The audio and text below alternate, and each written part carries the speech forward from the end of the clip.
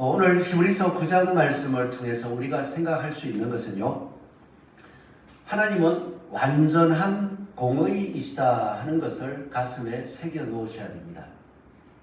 우리가 하나님은 어떤 분이실까 생각할 때에 사랑이시다라는 것을 생각할 수도 있겠고요. 또 하나님의 여러 가지 우리를 도우시는 분이다 하는 것도 생각하실 수 있겠지만, 하나님께서 가장 우선적으로 우리에게 보여주신 것은 공의로우신 분이신데, 조금 공의로우신 게 아니라 완전한 공의, 완전히 공의로운 분이시라는 것입니다. 우리는 이 완전한 공의 되시는 하나님 앞에 서야 하는데요, 완전한 공의와 우리 자신의 모습을 비교할 때에 우리는 죄인이라는 것을 발견할 수밖에 없습니다. 종종 우리는 죄인입니다 라고 이야기하면 어떤 사람들은 이야기합니다. 나는 죄 안 짓고 산다. 나는 사람들과 비교해 봤을 때 나는 착하다. 지키라는 윤리적인 모습들은 다 지키고 살아간다. 그렇게 이야기를 하기도 합니다. 그 말도 맞는 말이지만요, 우리 모두는 하나님 앞에 서야 한다는 것을 기억해야 됩니다. 하나님 앞에 완전한 공의 되시는 하나님 앞에 서서, 하나님, 저는 저 사람보다 착하게 살았어요. 하나님, 저는 저 사람보다 더 좋은 일을 많이 했어요. 그러니까 저를 받아주세요라고 말해봐야 하나님께서 보시는 기준은 하나님 자신의 공의로운 모습과 우리가 얼마나 닮아 있는가 하는 것을 보시기 때문에 우리 자신은 항상 하나님과 우리의 모습을 비교하면서 살아야 하는 것입니다. 그런 모습을 생각할 때면 어떻게 그럴 수 있을까 고민할 수밖에 없는데요, 완전한 하나님 앞에서 우리가 어떻게 살아갈 수 있을까? 하나님께서는 그것을 지난주에 보았던 출애굽기 24장 말씀을 통해서 우리에게 보여주셨습니다. 하나님께서 보여주신 모습을 다시 한번 되새겨보자면, 이스라엘 백성들은 애굽에서 살아갈 때에 여호와의 말씀을 잘 순종한 것이 아니라 여전히 애굽과 동화되어서, 그리고 동화된 가운데에서도 너무나도 어렵고 힘든 노예의 삶을 살고 있었습니다. 이스라엘 백성의 삶은 부정했다는 것입니다. 그런데 하나님께서는 그 부정한 가운데에서 탄식하는 소리를 들으시고 그들을 구원하시기로 하셨고, 친히 역사하셔서 애굽을 심판하시고 이스라엘 백성들을 건져내셨습니다. 건져내신 이후에, 자, 건져내었으니까 이제 한번 마음대로 살아보아라 하고 내려놓으신 것이 아니라, 구원하신 백성들에게 내 말을 잘 들으면 제사장 나라가 될 것이요 내 소유가 될 것이라고 또한 말씀해 주셨습니다. 백성들은 그 말씀을 듣고 그 하나님의 뜻이 선하고 좋으니 제가 순종하겠습니다, 하나님의 말씀을 따르겠습니다 라고 고백을 하였죠.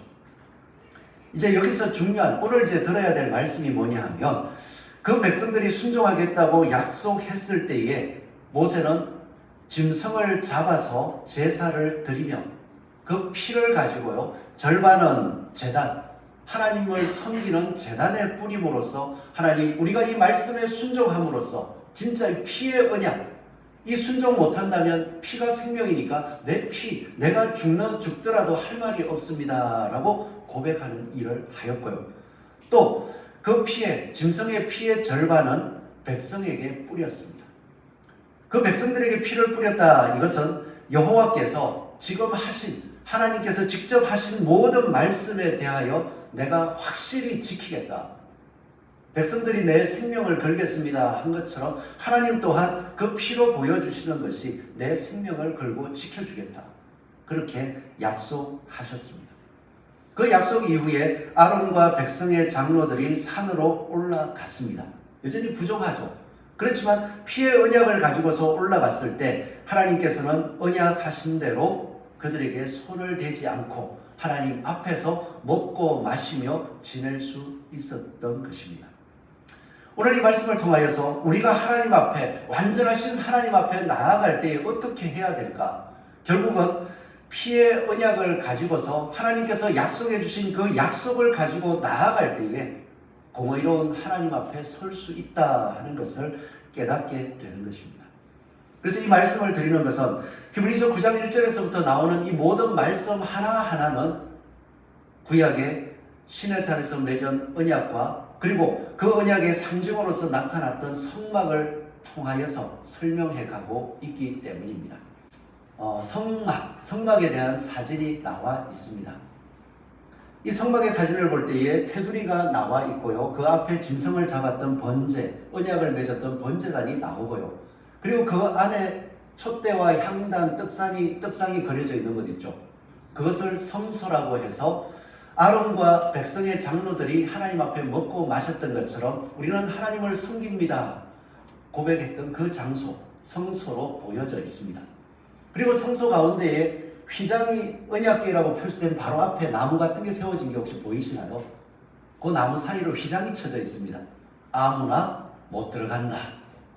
그리고 그곳에는 대제사장이라고 선택되어진 사람만이 1년에 한 번 짐승의 피를 가지고 들어갈 수 있다. 하나님께서 구약 성경에 통하여서 하나님 앞에 갈 수 있는 것은 바로 이 속죄의 피를 가지고서만 들어갈 수 있다는 것을 보여주셨습니다. 그런데 더 중요한 것은 짐승의 피를 가지고 들어갈 수 있지만 여전히 닫혀있다. 아무나 들어갈 수 없다는 것을 구약의 이 성막을 통해서 보여주셨다는 것입니다. 우리가 이 땅을 살아갈 때에 하나님 앞에 나아가고자 하는 마음들을 가지기는 쉽습니다. 나도 예수님을 한번 믿어볼까? 나도 예수님을 믿고 좀 더 착하게 살아볼까? 그런 마음들을 가질 수는 있습니다. 그러나 예수 그리스도의 행하신 일들과 예수님께서 행하신 일들을 정확하게 믿지 못한다면 여전히 우리는 구약의 이 성막처럼 하나님 앞으로 나아가지 못하고 그냥 계속해서 반복해서 내가 죄인입니다. 내가 죄인입니다. 죄를 짓고 살아갈 수밖에 없습니다. 그렇게 고백할 수밖에 없게 될 것입니다. 짐승의 제사를 생각할 때에 이 짐승의 제사를 가만히 살펴보니까 막연하더라고요. 짐승을 잡고 그 피를 가지고 제단으로 들어갔다. 마음에 어떤 감동이 있으십니까? 구약 성경에 저 성막에 하나님 앞에 가야 되는데 소를 잡고 양을 잡고 염소를 잡아가지고 그 피를 그리고 그 가죽이나 이런 것들은 불태워가면서 그 피를 가지고 제단 안으로 들어갔다. 그리고 그들은 죄의 속함을 받았다. 내가 지었던 모든 죄들이 하나님 앞에 속해지면서 하나님께서 나를 하나님 앞에 살도록 허락해 주셨다. 감동이 되십니까? 저도 이 말씀들을 가만히 생각해 보니까 아유 구약 때는 그랬구나 이 정도예요. 근데 짐승을 잡는다라는 것을 생각해 봤을 때요. 아무 짐승을 잡는 것이 아니라 자신의 집에서 키운 정결한 짐승을 잡습니다. 요즘 말로 어떻게 표현을 해야 될까요? 요즘 집에 반려동물들 있으시죠? 이 반려동물들을 내가 지은 죄 때문에 그 동물들을 하나님께서 너 대신 그 동물을 잡아서 피를 흘리고 그리고 네가 깨끗함을 입고 다시 1년을 살아가라 라고 말씀했다면 어떻겠습니까? 내 지은 죄가 보여집니다. 그런데 이것을 속함을 받아야 하는데 어떻게 방법은 없고 하나님께서 말씀하시기를 네가 키우고 있는 그 반려동물들을 잡아서 피를 흘리고 그 피를 나에게 바치면 네 죄가 속해질 수 있다. 그래서 짐승을 잡을 때에도 그냥 잡는 게 아니라 하나님 앞에 그 짐승을 가져가서 자신의 죄를 고백하고 그 짐승의 머리에 안수를 합니다. 하나님, 이 짐승이 곧 나이고 나의 죄를 고백하오니 이 짐승을 잡을 때 저의 죄를 사해 주십시오. 어떤 마음이겠습니까? 이건 좀 상상해 보실 수 있죠. 그냥 짐승이 아니더라고요. 요즘 말 그대로 가족이더라고요. 반려동물, 반려견, 반려묘를 키워갈 때에 그 정성, 그냥 내가 좋으려고 키우는 거야. 이게 안 되더라고요.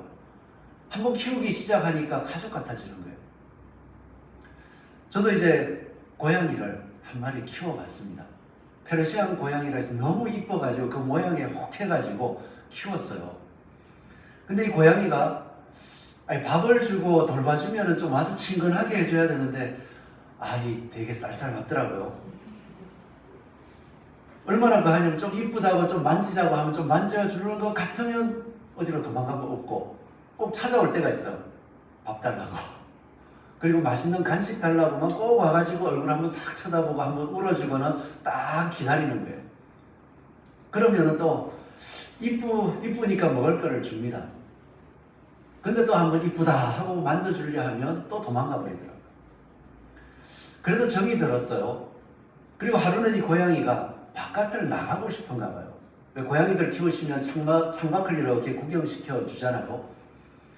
그 바깥을 이제 보여주다가 어느 날 이 고양이가 바깥에 나가고 싶어 하는 거예요. 근데 나가면은 어떻게 돌볼 수가 없으니까 안 내보내줬습니다. 안 내보내주니까 이 고양이도 되게 똑똑해요. 저를 한번 싹 쳐다보더니 그때 이사하고 나서 얼마 안 됐으니까 새로 이제 소파를 딱 들려놨는데 그 소파 위로 싹 올라갑니다. 그리고 살짝 울더라고요. 쳐다보죠. 그러면서 하는 게 이제 고양이 발톱을 세워가지고 소파를 긁기 시작하는 거예요. 그러니 새로 산 소파가 긁히기 시작하니까 소리를 콱 쳤죠. 하지 말라고.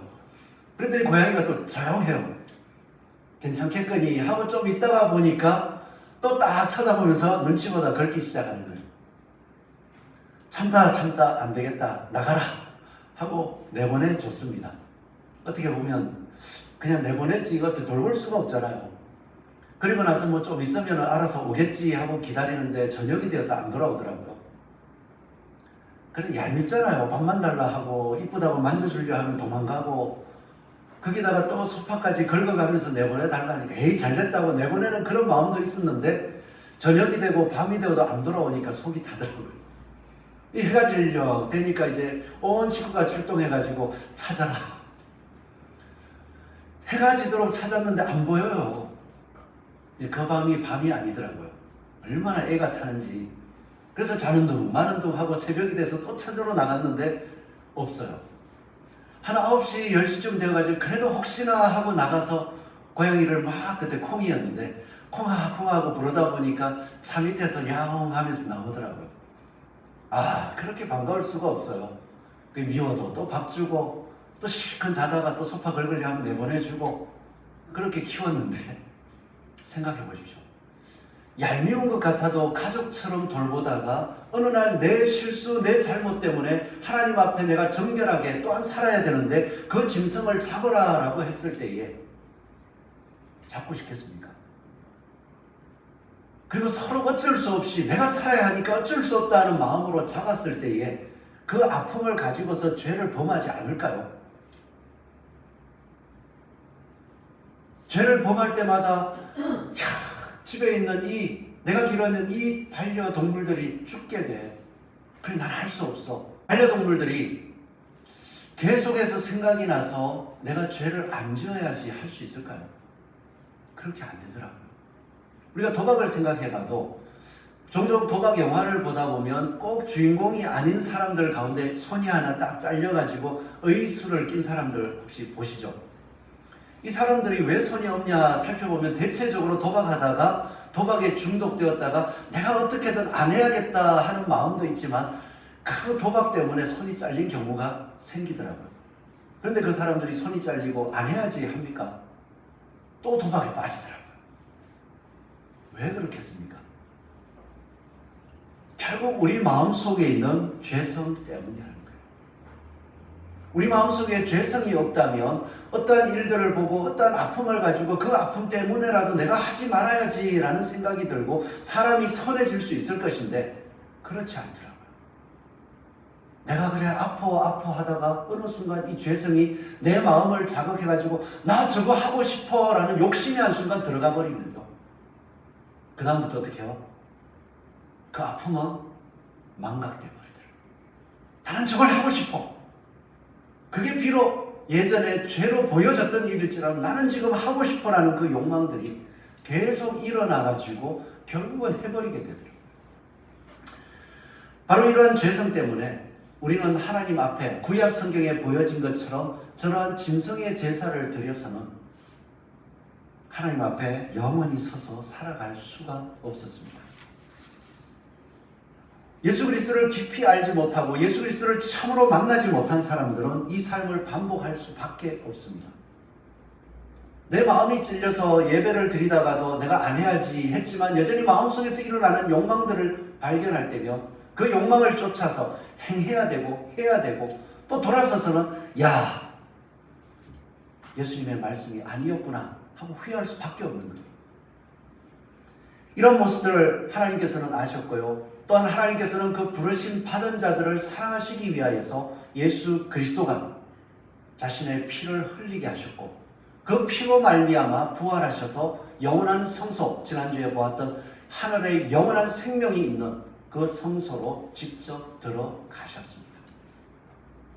예수님께서 이 행하신 일들, 구약의 제사와 다를 것이 무엇이 있냐라고 할 때에 구약의 제사는 양심을 좀 아프게 할 수 있지만 하나님 앞에 그냥 우리가 살아갈 수 있는, 양심이 치유된 것이 아니라 하나님 앞에 그냥 깨끗하다, 육신적으로 깨끗하다라고 인정받는 정도였습니다. 그런데 예수님께서 자기 피를 흘리시고 그 피를 가지고 하나님 앞으로 나아갔을 때에 우리와 언약이 맺어지게 되는 것입니다. 좀 전에 제가 말씀드렸던 하나님께서 구원하시고 백성들에게 제사장 나라를 삼아줄게 라고 말씀하신 이후 백성들이 반응을 했습니다.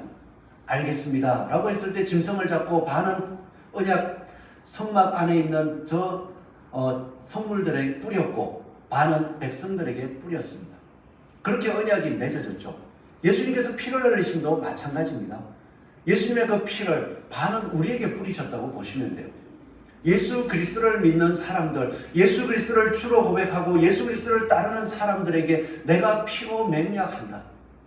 내가 너희들에게 약속한 것, 나를 믿을 때에 하나님의 자녀가 되는 권세를 줄 것이며 그 자녀가 되는 권세를 받은 자들에게는 영원한 생명이 기업이 될 것이고 그 기업을 이루기 위하여서 성령으로 너희와 함께하여 너희의 양심을 깨워줄 것이고 그 양심이 예수 그리스도의 참된 사랑을 실천하도록 내가 붙들어 줄 거예요.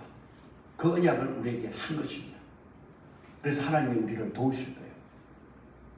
성경을 볼 때마다 예수 그리스도의 말씀을 따르는 사람들을 볼 때마다 아니면 불의를 볼 때마다 그 마음속에 하나님께서 예수님께서 약속하신 성령께서 마음을 계속 깨워주실 거예요.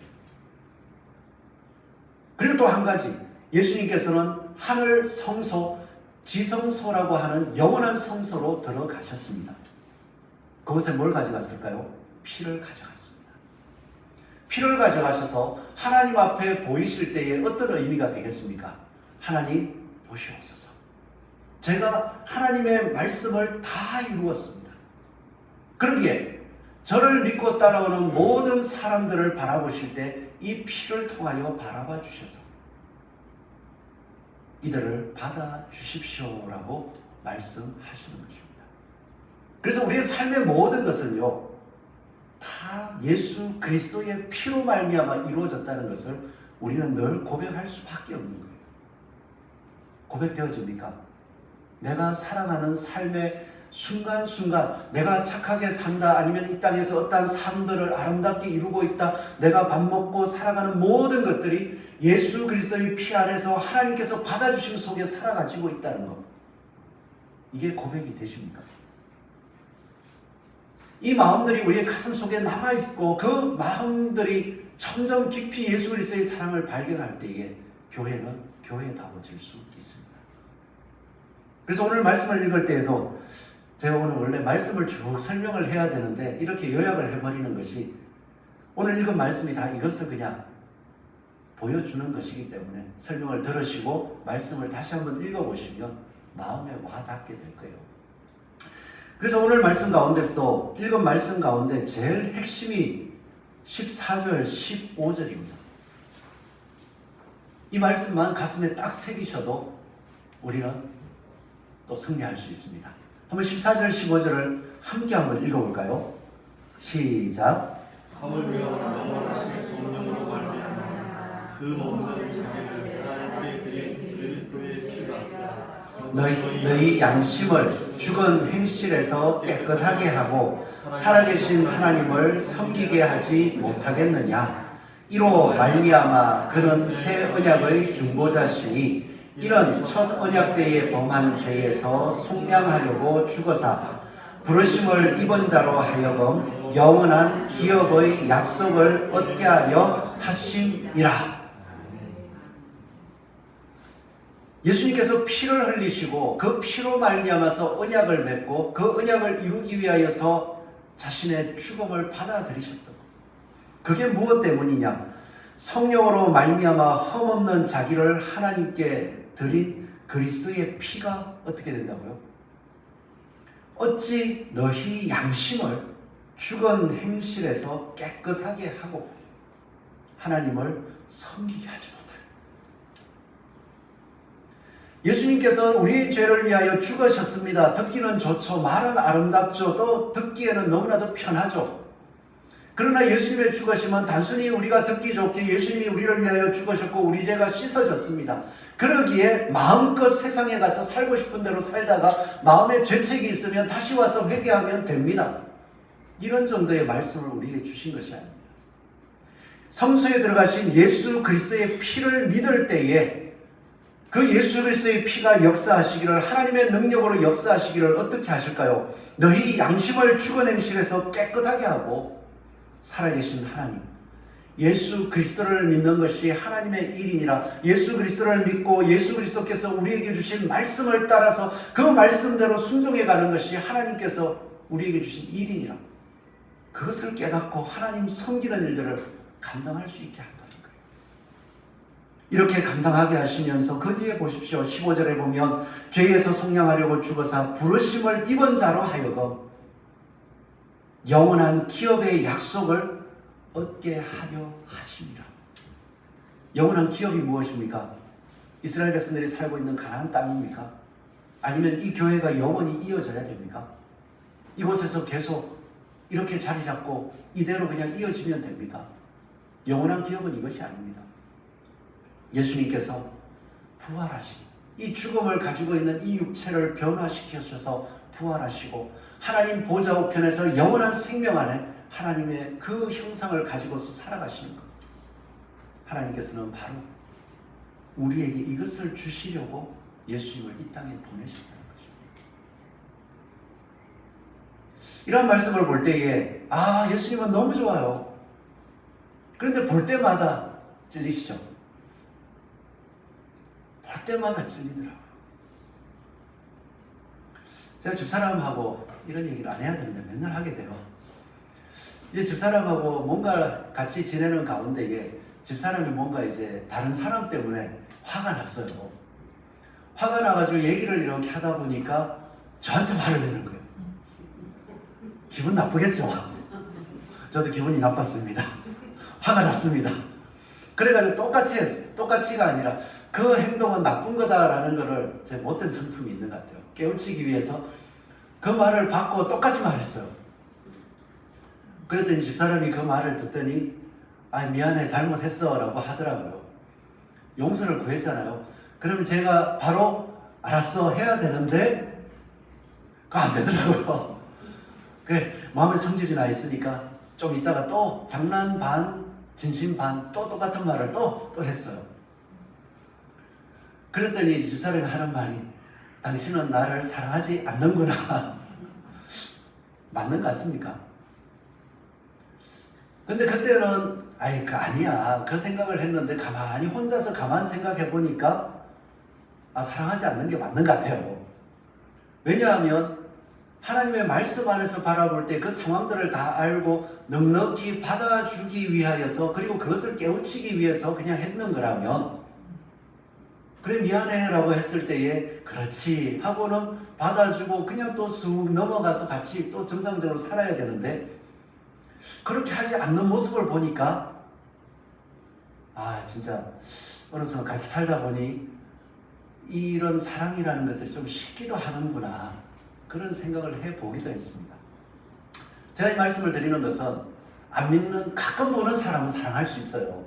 가끔에 한 번 주고 안 보면 그만이니까.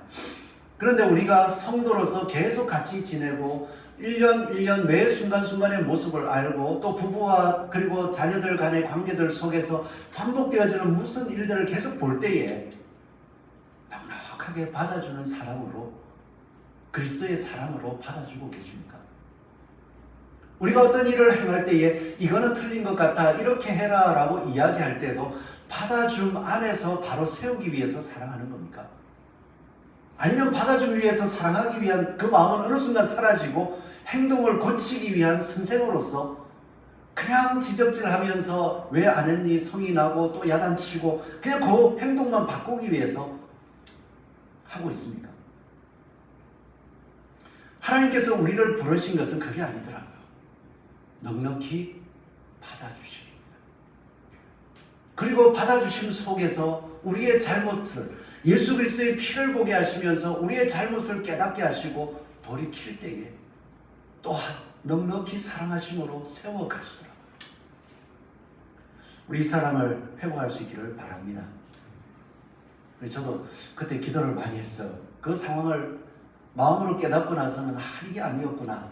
어느 순간부터 내 마음에 강팍해진 모습이 있구나 하는 것을 깨닫고 혼자 교회 와서 열심히 기도하고 이제 열심히 또 살아가는 거죠. 여러분, 이 말씀을 들을 때에 하나님이 부르신 것 같습니까?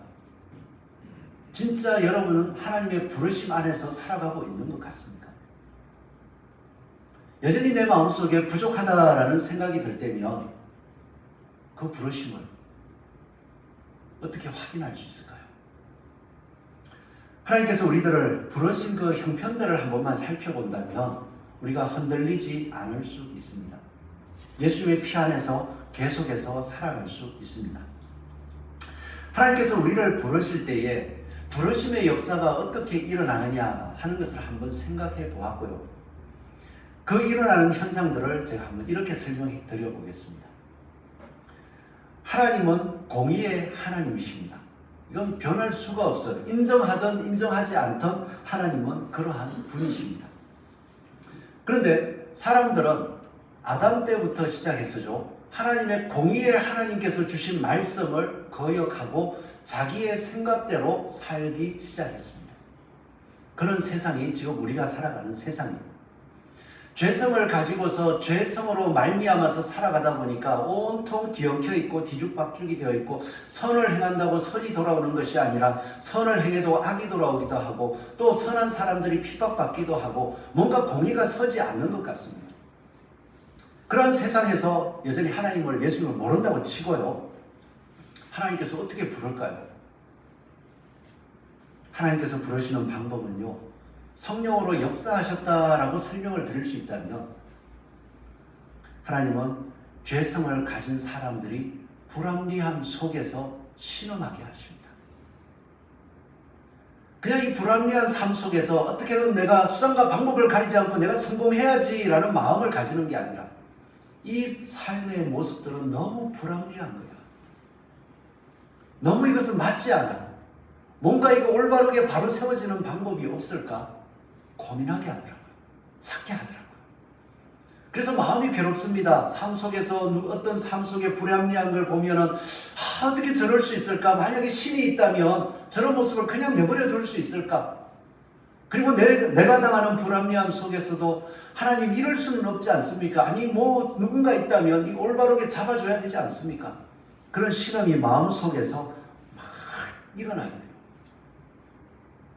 그러고는 누군가 이걸 올바로 잡아줄 사람이 있는지 막 찾기 시작하고 그런 마음들이 막 일어나게 하시는 것. 자기 마음일까요? 그냥 자기의 어떤 성격일까요? 하나님께서 성령으로 만져주시는 줄로 믿습니다. 올바름을 찾게 하고 싶은 거예요.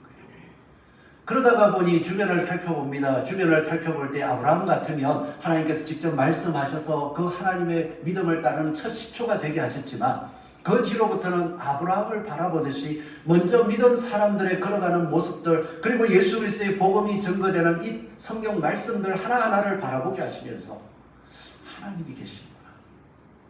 하나님이 바로 세워주실 수 있겠구나 하는 것을 믿는 마음으로 열어주시더라고요. 그리고 나서는 내가 교회를 한번 가봐야겠다. 아니면 예수 믿는 사람과 대화를 좀 나눠봐야겠다. 그렇게 내용을 듣습니다. 들어보니 괜찮아요. 하나님은 공의이시고 그 공의를 세우실 수 있을 것 같아요. 그리고 교회로 옵니다. 예수님의 말씀을 듣고 예수님을 믿음으로 고백해봅니다. 그리고는 교회 생활, 주의를 지키든지 또 교회에서 봉사하는 일들도 해봅니다. 그런데 삶 속에서 여전히 불합리한 게 사라지지 않는 거예요. 그러게 또 말씀을 찾다가 하나님은 공의로우신 분이니까 사회 정의를 세워야겠다 시작해서 그리스도인으로서 정치적으로 어떤 선한 일들을 한번 해보려고 뛰쳐나가 보기도 하고요. 또 그 일을 안 하면 마치 하나님 사랑하지 않는 것처럼 외쳐보기도 하고요. 근데 그런 사람들이요, 결국에는 조금 전에 제가 말씀드린 선생처럼 올바로 살아야 됩니다 지적했던 것처럼 결국은 사랑을 잃어버리더라고요. 뭔가 선한 일을 하는데 선한 일 속에 사랑을 다 잃어버리더라고요. 그럼에도 하나님께서는 붙잡아 주셔요. 어디까지 붙잡아 주시냐 하면 우리가 여기까지 가야 되는데요. 어디까지 붙잡아 주시냐 하면 모든 일들을 선한 일을 하면 공의가 이루어질까? 내가 다른 사람들에게 많이 베풀면 공의가 이루어질까? 안 되고 그 속에서 쓰러지고 넘어졌다가 결국 바라보게 하시는 것은 예수님께서 하나님의 말씀에 순종하며 희생적인 사랑으로 끊임없이 베풀고 나눠주는 모습, 그 모습을 지키는 것이 나에게 하나님의 공의가 이루어지는 것이요 다른 사람들에게 하나님의 공의가 세워지는 것이구나 하는 것을 깨닫게 되는 겁니다. 그때부터 똑같은 일을 해도 달라지더라고요. 내가 해서 무엇이 아니라 하나님께서 나에게 원하셨기 때문에, 나를 그렇게 부르셨기 때문에 나는 그냥 그 일을 행해 나가는 거예요. 그렇게 할 때에 성령님께서 조금 전에 불의 가운데서 무언가를 찾는 사람들을 눈을 열어서 우리를 보게 해주시는 거예요. 우리 삶 속에 걸어가는 모습들을 볼 때에 야, 저렇게 살아봐야 진짜 말 그대로 뭐 떡이 생기나 아니면 뭐 직장이 생기냐 그렇게 이야기하는 그런 모습이지만, 왜 그냥 자기 손에 나듯이 그냥 저렇게 살아가느냐 하는 그런 모습이지만, 그 모습을 통해 성령님이 역사하셔서 그 사람을 거듭나게 하시고 예수 그리스도를 믿음으로 나아가게 하셔서 이 시대에 믿음의 역사가 끊이지 않게 되더라는 거예요. 교회가 영원하다는 것 바로 이것입니다. 우리 교회가 계속 이어지면 좋겠어요. 제 살 동안은. 그러나 교회 건물은 한 4, 50년 되면 이거 무너지지 않을까요? 새로 지어야겠죠. 건물은 그냥 우리가 예배드릴 장소로서의 의미입니다. 저에게 있어서는 여러분 한 사람 한 사람이 이 말씀을 가슴에 새기는 겁니다. 그냥 선한 일 했다, 나 착하다, 근데 저 사람 나쁘다 그러니까 한번 화내도 되겠지, 이것이 아니라 저 사람을 변화시키기 위해서 하나님의 부르심 안으로 보여주기 위해서는 내가 예수 그리스도의 그 공의로우신 모습을 바라보고 끊임없이 그 공의 앞에 서기 위해서 걸어가기만 하면 하나님이 역사하실 거예요. 그 믿음으로 서게 되는 겁니다. 예수 그리스도의 피가 우리의 양심을 깨끗하게 하고 하나님을 섬기게 하지 못하겠느냐, 여기까지 가야 합니다. 이 말씀을 들어보니까 어디까지 오신 것 같아요? 그냥 뭔가 불합리함만 자꾸 보여서 세상이 그냥 뭐가 좀 비판 정신만 발달해 있습니까? 그것도 하나님의 부르심 중에 하나인데 멈추지 마십시오. 이제 그 정도는 난 했어. 이제 불합리함 속에서도 하나님의 선을 행하고자 하는 마음이 있어. 그래서 선을 이제 좀 돕기도 하고 나누기도 하고 그렇게 하는데, 안 하는 사람 보면 이제 속 터지고 뭐 할 때 그러고 있어. 여기까지 와 계십니까? 좀 더 가십시오. 선한 일을 하지 말라는 것이 아니라 그것으로 무엇인가 이루어지기를 기대한다면 넘어질 수밖에 없습니다.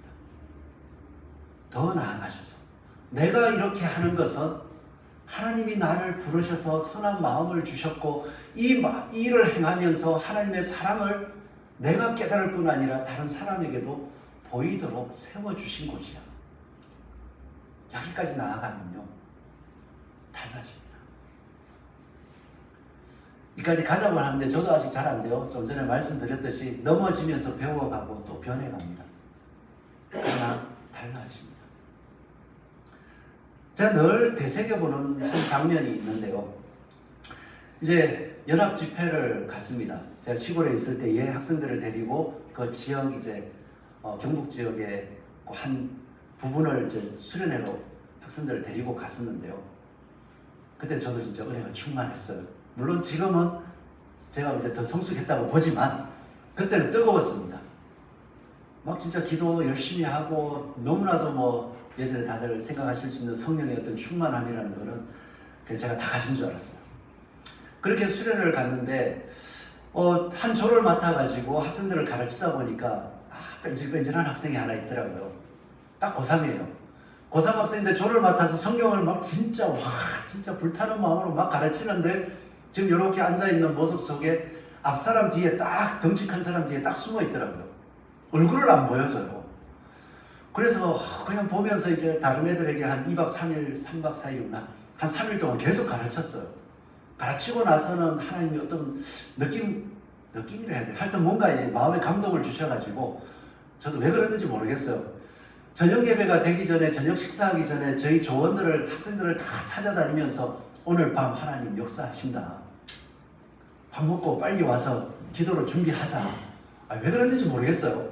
그래가지고 막 애들을 불러다가 이제 그렇게 앉혀놓고 우리 준비하자 했는데 그냥 별로 애들은 별 생각도 안 하고 앉아가지고 있는데 그날 저녁에 찬양이 시작되고 그 강사 목사님이 찬양 가운데 너무 은혜가 되니까 예배 시작하면서 와 하나님이 이렇게 역사하시는 걸 처음 본다 막 그렇게 하는데 그 학생이 이걸 어떻게 얘기하죠?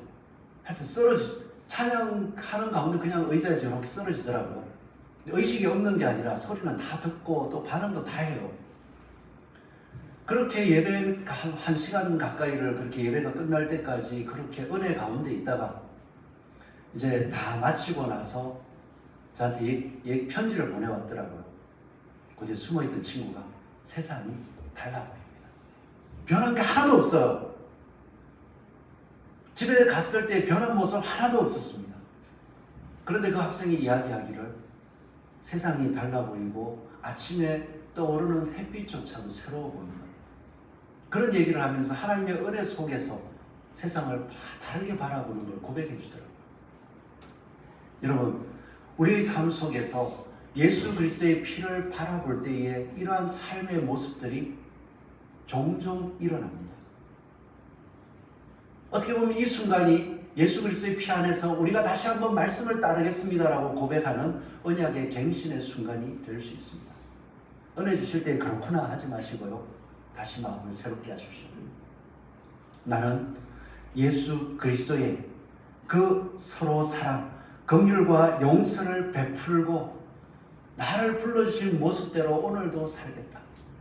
내 마음에 아픔이 있지만 내 마음속에 여전히 부담감이 있지만 주님께서 그렇게 부르셨고 그 길을 가도록 자꾸 보여주시니까 나는 오늘도 걸어가겠다. 이 다짐을 하고 살아가는 저와 여러분 되시기를 소원합니다. 그것이 바로 피의 능력입니다. 예수 그리스도의 피가 우리를 그렇게 만들어 가신 거죠. 그러게 내가 했다가 아니라 주님의 피가 내 안에서 능력으로 역사하고 계심을 고백하고 오늘 우리 찬양했던 것처럼 두 손 들고 주님을 매 순간 찬양할 수 있는 저와 여러분 되시기를 축원합니다.